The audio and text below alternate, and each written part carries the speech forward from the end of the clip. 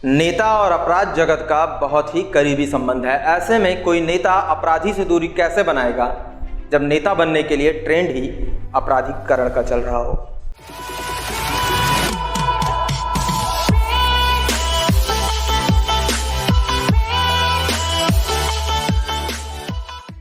जय हिंद, नमस्कार साथियों, मैं हूं शिवेंद्र द्विवेदी और आप देख रहे हैं सीडीएम इंडिया का खास कार्यक्रम सुकून मिलेगा। क्या आपको लगता है कि जब राजनीतिक और आपराधिक छवि वाले व्यक्ति में चोली दामन का साथ हो तो वह भला अपराध को खत्म कैसे करवाएगा? विकास दुबे एक ऐसी ही शख्सियत का नाम है। विकास दुबे के पीछे न जाने कितने पावरफुल लोगों का हाथ है। नहीं तो 60-65 मुकदमे होने के बाद कोई ऐसे खुले में घूमे, ऐसा तो जुल्म ना हो सरकार। और ऐसे में हमसे यानी कि आम लोगों से कोई मामूली सी गलती हो जाए तो शायद हम कई साल तक जेल में सड़ते रहेंगे। मुझे इस शब्द का प्रयोग नहीं करना चाहिए, लेकिन मैं कहता हूं कि जैसे किसी व्यक्ति का नाजायज संबंध किसी औरत से हो तो वह लोगों को नहीं बताता है। नेता भी ठीक ऐसा ही करते हैं। वह अपराधी व्यक्तित्व वाले लोगों से संबंध तो रखते हैं लेकिन किसी से बताते नहीं, और बताएंगे भी क्यों जब हर पार्टी में ऐसे ही लोग भरे पड़े हैं। सबसे पहले इस पैटर्न को रीसेट करने की ज़रूरत है।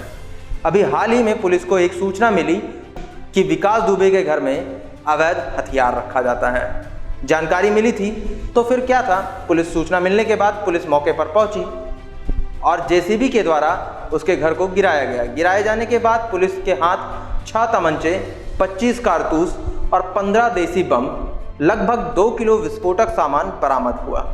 विकास दुबे घर वालों के नाम पर हथियार लेकर उसे खुद यूज करता था। लेकिन अगर आपको अपनी सुरक्षा के लिए भी हथियार को लेना है तो किन किन प्रोसेस से होकर गुजरना पड़ता है, थोड़ा बहुत फटाफट जान लेते हैं। लाइसेंस लेने के लिए सभी जरूरी कागजात जैसे कि इनकम टैक्स का ब्यौरा, कैरेक्टर सर्टिफिकेट जिसे आप अपने आसपास रहने वाले 2 व्यक्तियों से प्रमाणित कराकर आना होता है कि आपकी छवि साफ सुथरी है। अब मुझे समझ नहीं आता कि इन लोगों को यह सब प्रॉब्लम क्यों नहीं फेस करनी पड़ती जो प्रॉब्लम आम आदमी को लाइसेंस लेते हुए होती है। इसका मतलब साफ है, गुनहगार के चोली के पीछे क्या है? चोली के पीछे कोई ना कोई पावरफुल हाथ रहता है। नहीं तो जिसके खिलाफ इतने सारे मुकदमे हों वह अपना चरित्र प्रमाण पत्र देता है, और वो भी साफ सुथरा कैसे? वैसे इस घटना को पुलिस ने गंभीरता से लेते हुए कई एक्शन लिए हैं, जिसमें कई सारे पुलिस वाले और नेता लोगों के नाम सामने आ रहे हैं। इसमें प्रशासन चलाने वालों के ऊपर भी बात उठती है। दूसरी तरफ पुलिस के अधिकार में बदलाव और सुरक्षा के लिए उपयोगी सामान को अपने हिसाब से यूज करने की अनुमति देने की भी बात उठती है। इस घटना को ही देख लीजिए। पुलिस बल को लीड करने वाले व्यक्ति को क्या योजनाबद्ध तरीके से तैयारी नहीं करनी चाहिए थी? साथ ही सुरक्षा के लिए पुलिस बलों के पास हथियार और हेलमेट भी नहीं था। फील्ड क्राफ्ट की जो रणनीति होती है, जो उसके नियम होते हैं, उन्हें फॉलो नहीं किया गया था। जब पुलिस मौके पर पहुंची तो विकास दुबे और उनके साथी पहले से ही तैयार थे। इससे स्पष्ट होता है कि शायद किसी पुलिसकर्मी ने ही सूचना दी होगी।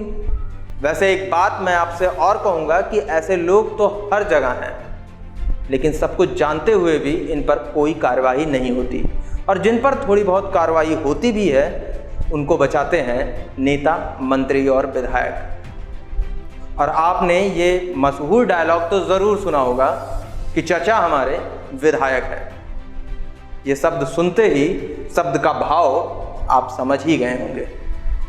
हर पार्टी में आपराधिक चरित्र वाले मंत्री बैठे हैं। वर्ष 2017 में हुए उत्तर प्रदेश विधानसभा चुनाव के बाद एसोसिएशन फॉर डेमोक्रेटिक रिफॉर्म्स यानी कि ADR की रिपोर्ट के बाद 143 विधायक यानी कि कुल संख्या के 36% विधायकों के खिलाफ कोई ना कोई मुकदमा दर्ज था। यानी जिनके खिलाफ हत्या जैसे मुकदमे दर्ज हैं उनसे किस प्रकार की रामराज्य की आशा की जा सकती है? अगर आप बबूल का बीज बोएंगे तो उसमें कांटे ही निकलेंगे, आम खाने को नहीं मिलेगा। इन सब के बीच हमारी न्याय प्रक्रिया पर भी सवाल उठता है कि किसी भी प्रकार से फैसला आने में इतना देर क्यों हो जाती है। अगर अपराधी कोई नेता है तो केस जिंदगी भर चलता रहेगा, लेकिन फैसला नहीं आएगा। अगर कोई निर्दोष व्यक्ति के ऊपर सुनवाई हो रही होती है तो फैसला सुनाकर उसे जेल में डाल दिया जाता है या बाद में बरी भी कर दिया जाता है और फिर पुनर्विचार याचिका के दौरान के तहत कार्रवाई होती रहती है। कई साल बीत जाता है। उदाहरण के लिए यदि कोई व्यक्ति कई साल यानी आंकड़े के हिसाब से अगर समझना चाहें तो 10 साल बाद उसको इंसाफ मिलता है तो उसके बेकार हुए समय और खर्च की गई राशि को बर्बाद करने का जिम्मेदार कौन होगा? क्या कोर्ट उसको सही मुआवजा दिलवा पाती है? लेकिन ये तो रही आम व्यक्ति की बात। बाहुबली व्यक्ति अगर हत्या का भी मामला है तो पहली बात तो फैसला आएगा नहीं, और अगर कुछ मामलों में जेल भी हो गई तो मामूली समय के बाद वे छूट जाएंगे। हम लोग हर बार कोई घटना होने के बाद अपनी आवाज़ को उठाते हैं, लेकिन अब पहल होनी चाहिए।